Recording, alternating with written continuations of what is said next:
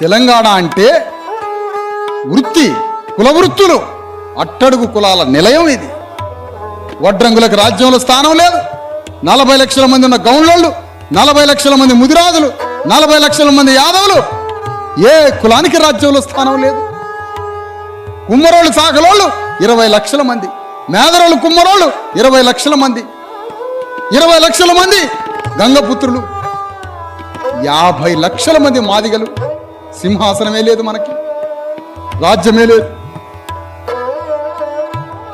ఈ రాజ్యం మరి ఎవరి దగ్గరికి పోతుంది? ఈ రాజ్యం ఎవరెత్తపోతారు? మరి నువ్వు ఎవరికి ఓట్లేస్తున్నావో వాళ్ళకి రాజ్యం పోతుంది. అందుకనే ఈ అధికారం, ఈ రాజ్యం మనం సంపాదించినప్పుడు మన పేదరికం, కష్టాలు పోతాయి. రాజ్యాంగం 10% కూడా అమలు కాలే. 10% అమలు కాకపోతేనే ఈ మాత్రం మార్పు వచ్చిందే. పట్టు